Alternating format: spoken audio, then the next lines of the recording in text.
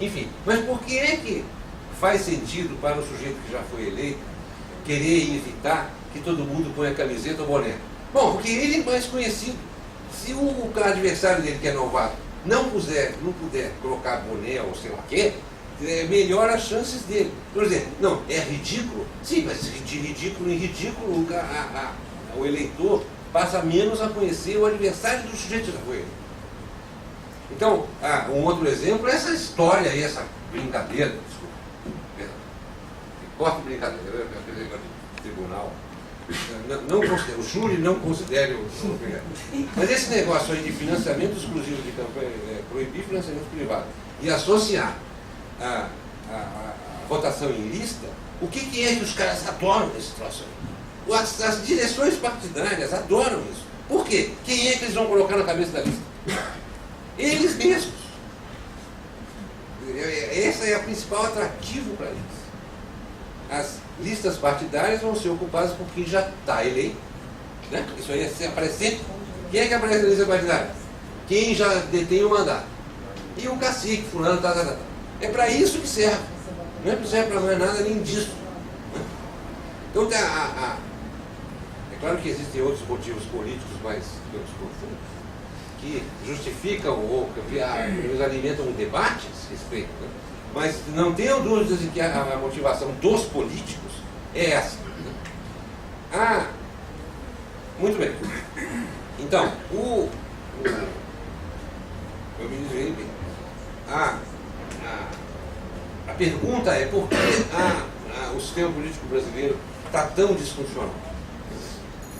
E eu também observaria, né, que o principal dever em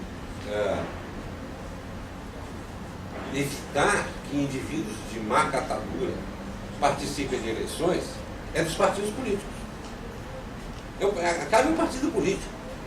O partido político não tem nenhuma obrigação de aceitar, seja quem for na sua legislatura. Pode simplesmente dizer, não, o senhor vem aqui, o senhor é um ladrão, não quero saber, o senhor não vai cantar na frente de exemplo, não vem me chatear. Qualquer partido político pode fazer isso.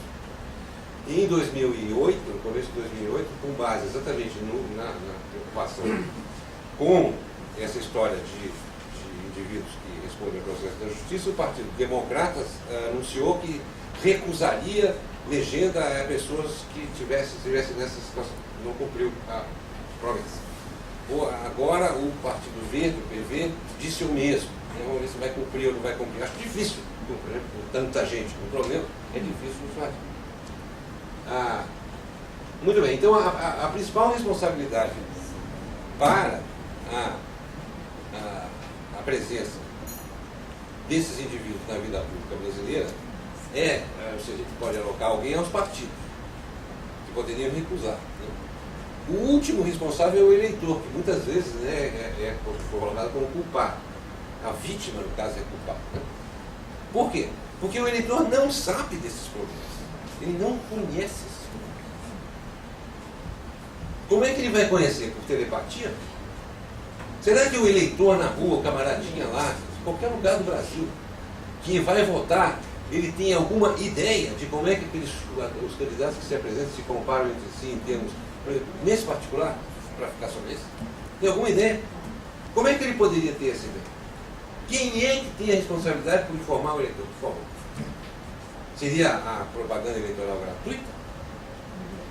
Não. Quem tem a obrigação de informar o eleitor é a imprensa. São os meios de comunicação. Então, onde é que você encontra a pior qualidade de voto? Onde tem menos comunicação. Claramente.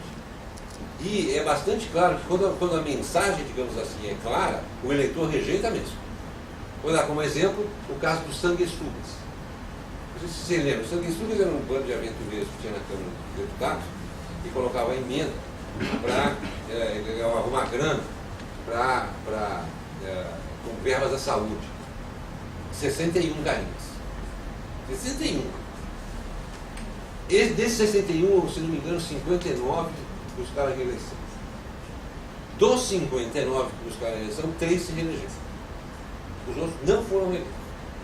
O que é uma taxa de renovação nesse grupo privilegiado de ladrões bastante alta, né? Ou seja, 3% apenas se reelegerem se desvia completamente da média geral, que é de 50%. Já é uma média altíssima. Né? No Brasil, a taxa de renovação de 50% deve ser a coisa mais malvada do mundo. Não tem, nenhum sistema político resiste bem a isso também. Né? 50% de taxa de renovação significa que a cada eleição 50% de paraquedistas aparecem das casas legislativas. O cara não tem a menor noção do que se trata. A cada eleição são metade. Em 2 eleições, ou 3 eleições, você tem 3 eleições, são 12 anos, né? Que é um período de tempo relativamente curto, né? na ordem cósmica das coisas.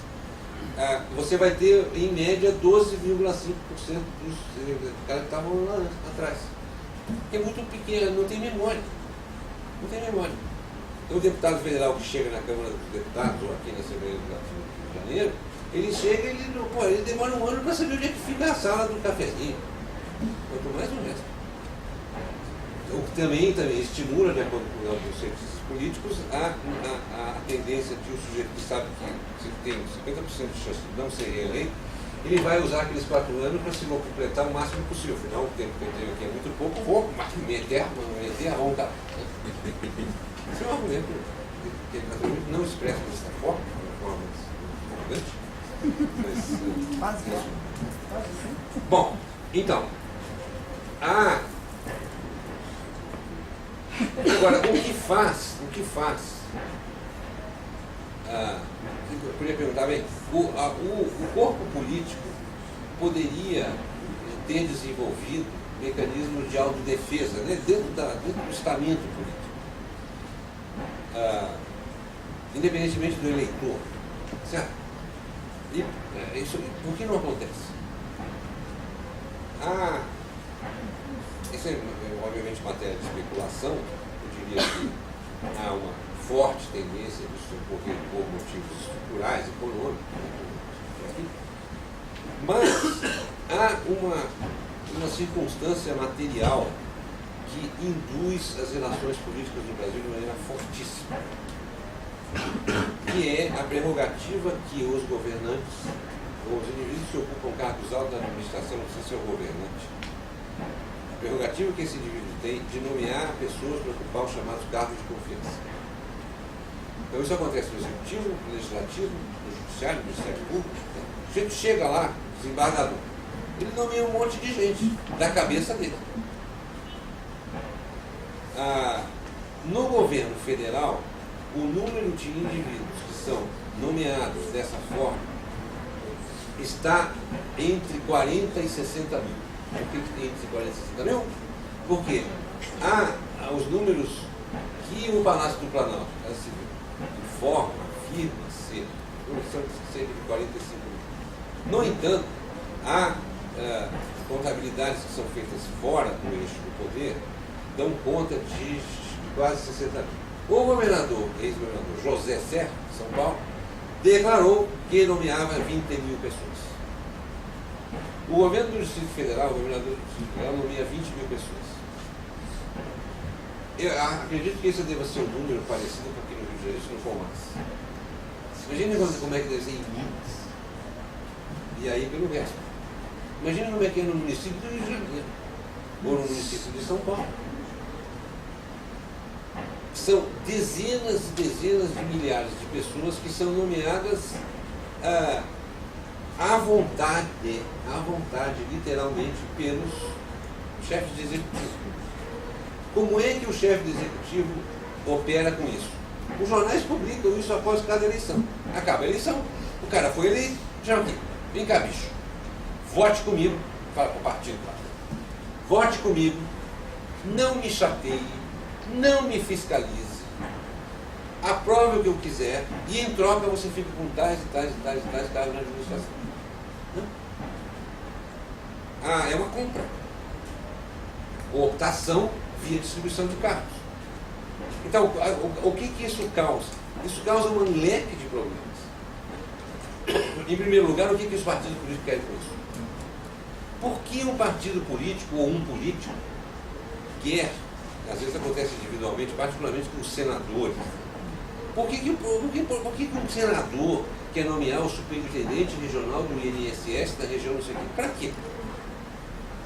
Por que um partido político na cidade de São Paulo quer controlar a subprefeitura de não sei do que? Uma subprefeitura da cidade de São Paulo é alguma coisa como um país inteiro. Aquele negócio lá é imenso, é uma grana preta. Para que é que esses partidos querem isso? A resposta está no noticiário sobre corrupção. Eles querem roubar. É evidente. Né? Esse negócio provoca,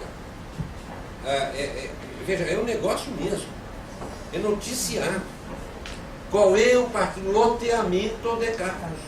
Que partido vai controlar que pedaço da administração?